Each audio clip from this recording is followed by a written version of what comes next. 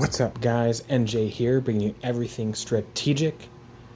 Man, I never expected to do a video on the Angulum server until I realized the value you can get from it and why people should play it. I'm not kidding here. When I played it my first time, I got, let's say, pretty frustrated and whatnot.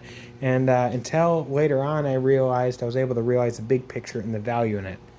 So I'll go through I'll share the value why first, and I'll even get the details in the very final at the end with the results in the box opening. That's really what it comes down to.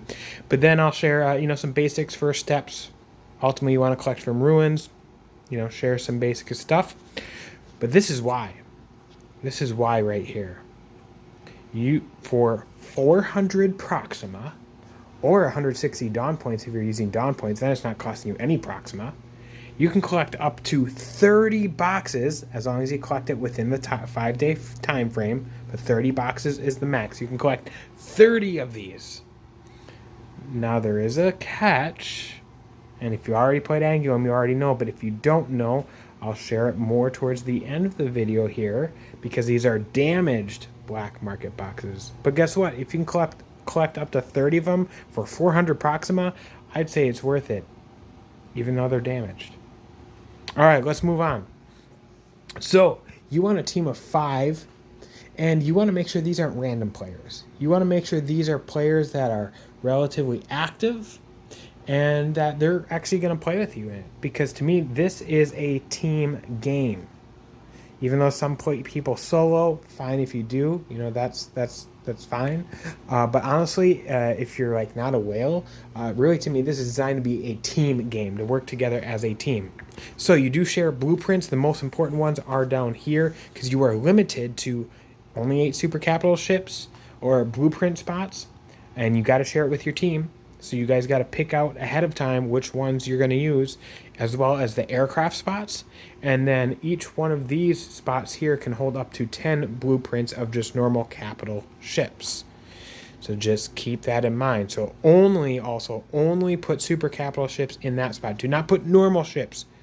It might take a couple tries to, get experience. To me, I think I got the hang of things more after the second try, and then I really got in the groove once when I did a third round of this. That little Noma trading post, you purchase prefabs and resources when you collect UE coins and collecting stuff out in the game and all that. So first thing you got to do is add that AC721 generic. Each player should do this. Build 15 of them right away, rush them with prefabs, and start collecting debris. Level 7 debris or higher is my recommendation. I usually primarily do this all in the first day. If I do need additional resources later, I will collect more of these, more debris to collect resources and stuff like that later on when it's necessary. But usually I try and do it all in the first day. Everyone should do it, everyone in your team. And eventually you'll be figuring out, hopefully you did a little bit ahead of time, figuring out what blueprints you're going to bring in. But if you don't know what blueprints, I'll share some of that. It's going to be all about siege when you siege these ruins to collect these damaged black market boxes, because that's what you ultimately want to go for. This is your bread and butter here, these siege ships. Also that even more so because it has high health, high survivability, high storage capacity. So that's like a bread and butter ship. Of course, you probably want a CV3K or some sort of super capital carrier for your Vitus bombers, but your Siege IO and Vitus bombers are going to be your best, followed up by the Spear of Uranus. Then you have various B tier ships, at least I categorize them in the B tier for siege damage, that you could potentially utilize. I have a note down there. Please refer to that. The higher level the ruins, the more armor they have. So even if some blueprints show a high siege damage, if it doesn't have a high alpha damage, like for example the cellular defender, when you're doing high level ruins, it has such a high physical armor that cellular defenders hardly scratch the ruins when it's like level 5 and up. But those are just some examples to potentially run there. You know, you might consider about bringing some healers in, maybe some evasion tanks in. You know, you'll have to figure it out as you play.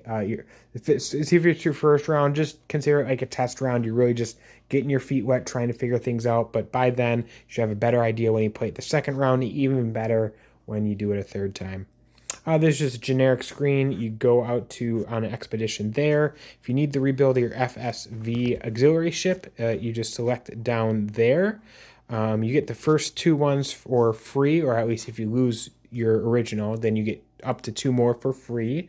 700 CP limit. The max fleet size is 350 CP. Moving on out.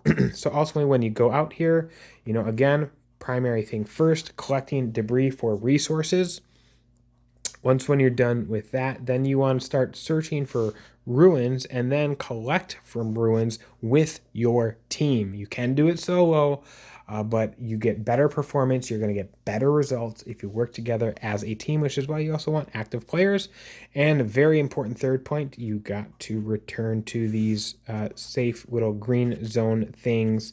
Otherwise, if you hit that retreat button when you're not in that green zone, you're going to lose it all, and you're going to be very frustrated at yourself. But anyways, as you see these little marks, when you find a ruin, it's best to mark where the ruin is at too, and then share it with your teammates. So this is what it looks like when you're more zoomed in with these green circles where you use to return and return with your rewards. These streams here, you want to follow those to find the ruins and then mark the ruins. This is just what it looks like when you select the option in that green circle. It's the return to camp option. That's the option you want to return safely. All right, so when you're doing these ruins, this is a image here of basically what it kind of looks like for doing various level ruins. If you go above level 4 ruins, level 5 and up, they are going to start doing damage to your aircraft. For level 7 ruins, which is what I did a lot of, but level 10 would be probably the most preferred. You average about 2 boxes per run. Each run is about 3 hours. And I list the ranges there and some HP, hit points, approximate hit points, and all that, but it should be relatively accurate.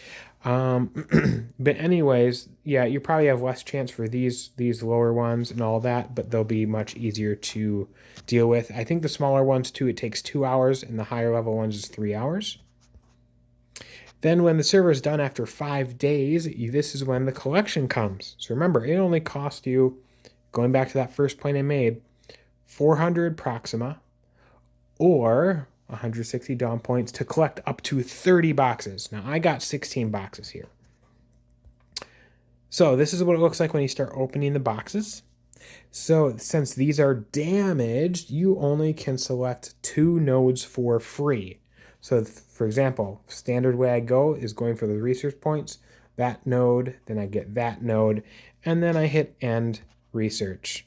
Because if I went farther, it's going to start costing Proxima. I'll show later the Proxima costs.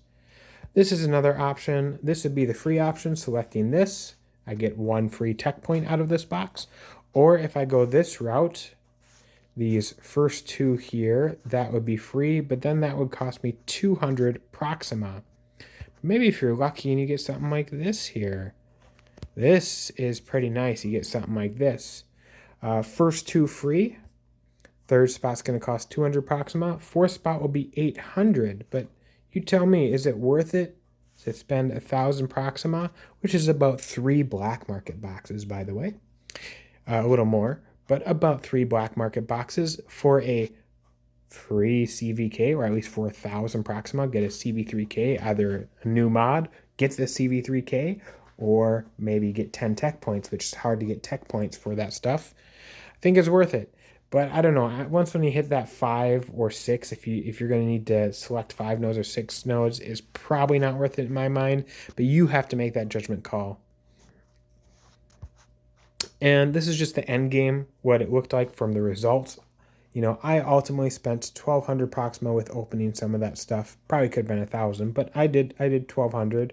I spent 160 Dawn points, so no Proxima.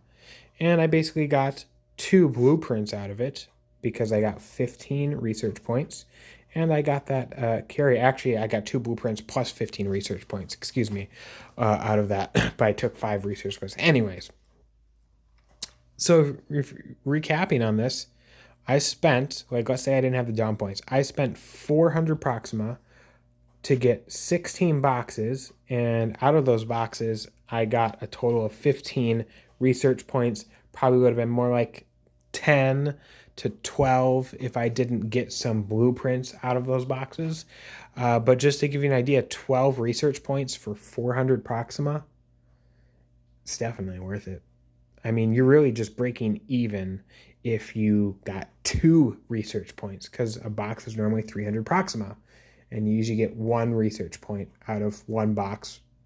And so you figure, even if you just got 2 research points, you're already breaking even. So anything above and beyond 2 research points, it's worth it. Well, hope you see the value in this. Peace.